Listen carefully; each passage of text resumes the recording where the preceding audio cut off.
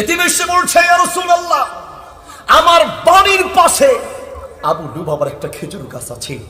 ইয়া রাসূলুল্লাহ, ওই গাছটা আমার খুব দরকার, মেহেরবানি করে যদি গাছটা আমাকে কিনার ব্যবস্থা করে দিতে পারতেন। আল্লাহ রাসূল সাল্লাল্লাহু আলাইহি ওয়াসাল্লাম আবু লুবাবাকে ডাকলেন, ডেকে বললেন, আবু লুবাবা, তোমার এই খেজুর গাছটা এতিমের খুব দরকার, তুমি টাকা নেওয়া অসুবিধা নেই, তবে তুমি যদি ওই খেজুর গাছটা এই এতিমকে কিনে দিতে পারো, এরই বিনিময়ে আল্লাহ তোমাকে জান্নাতের জান্নাতি খেজুর গাছ আল্লাহ তোমাকে দান করবে। আবু লুবাবা বললেন, ইয়া রাসূলুল্লাহ, কুলতু লাহু, আমি তো তাকে বলেছি লা আবিউ, আমি বিক্রি করব না। আল্লাহ রাসূল বারবার বুঝালেন, সে রাজি হয় নাই, চলে গেলেন। রাসূলের পাশে থেকে আবু দাহদা শুনলেন, শুনে আল্লাহ রাসূলকে এসে বললেন, ইয়া রাসূলুল্লাহ, আপনি তো আবু লুবাবাকে খেজুর গাছের কথা বললেন, সে রাজি হয় নাই, আপনি বলেছেন ওই গাছটা কিনে এতিমকে দিলে জান্নাতের জান্নাতি খেজুর গাছ পাওয়া যাবে, আর জান্নাতি খেজুর গাছ পাওয়ার মানেই তো জান্নাত পাওয়া। সে রাজি হয় নাই, আমি যেই কোনো মূল্যে সেই গাছটা যদি কিনে দিতে পারি, তাহলে জান্নাতের সে সুসংবাদ আমার জন্য থাকবে কিনা। আল্লাহর নবী বললেন, সাহাবী, যদি তুমি পারো তাহলে তোমার জন্য সে সুসংবাদ থাকবে। ইয়া রাসূলুল্লাহ, আমি চেষ্টা করি। এক দৌড়ে চলে গেলেন, আবু লুবাবার হাত ধরে, ভাই, একটা মাত্র আবদার করি, তোমার ওই খেজুর গাছটা আমার কাছে বিক্রি করো, কত লাগবে বলো, যা চাইবে, চাইতে দেরি হবে, আমি দিতে দেরি করব না। ভাই, আমার কাছে গাছটা বিক্রি করো, আমি এতিমকে দান করব। বলছে, আমি তো বলেছি কোনো টাকা দিয়ে লাভ হবে না, আমি এই গাছ বিক্রি করব না। আবু দাহদা চিন্তা করলেন, কিছু মানুষের আছে টাকার লোভ, কিছু মানুষের আছে গাছের লোভ, কিছু মানুষের আছে সম্পদের লোভ। আবু লুবাবার হলো গাছের লোভ। বলল, ভাই, টাকা দিয়ে তো বিক্রি করবা না, তাহলে তোমাকে আর একটা প্রস্তাব দিই। বলছে, হ্যাঁ বলো।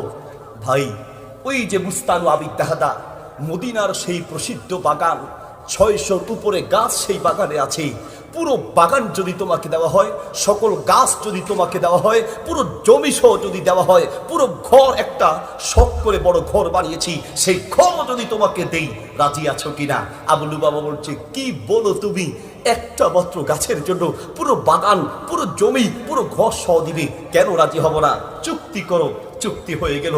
এক দৌড়ে আল্লাহ রাসূলের কাছে, ইয়া রাসূলুল্লাহ, আমি সফল হয়েছি, এই যে চুক্তি হলো, দেখেন আমি গাছটা কিনেছি, আপনি এতিমকে দান করে দেন, আর একটু বলেন আমার জন্য জান্নাতের সেই খেজুর গাছ থাকবে কিনা।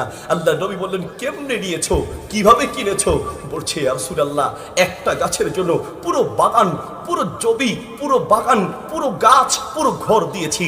আল্লাহ নবী বললেন, সাহাবী, তোমার জন্য শুধু জান্নাতের খেজুর গাছ নয়, আল্লাহ তোমার জন্য জান্নাতের মেহমানদারিও রেখে দিবে। সুবহানাল্লাহ।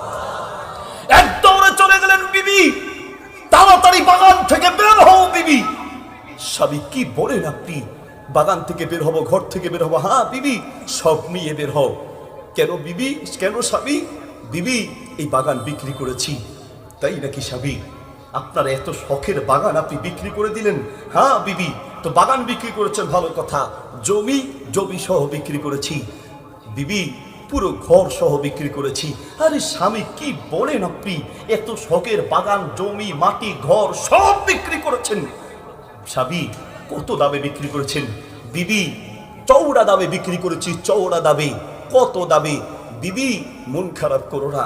বিবি, আল্লাহ রাসূল বলেছেন, একটা গাছ কিনে দিলে জান্নাত পাওয়া যাবে, সেই জান্নাতের আশায় পুরো গাছ, পুরো বাগান, পুরো জমি, পুরো মাটি দিয়েছি।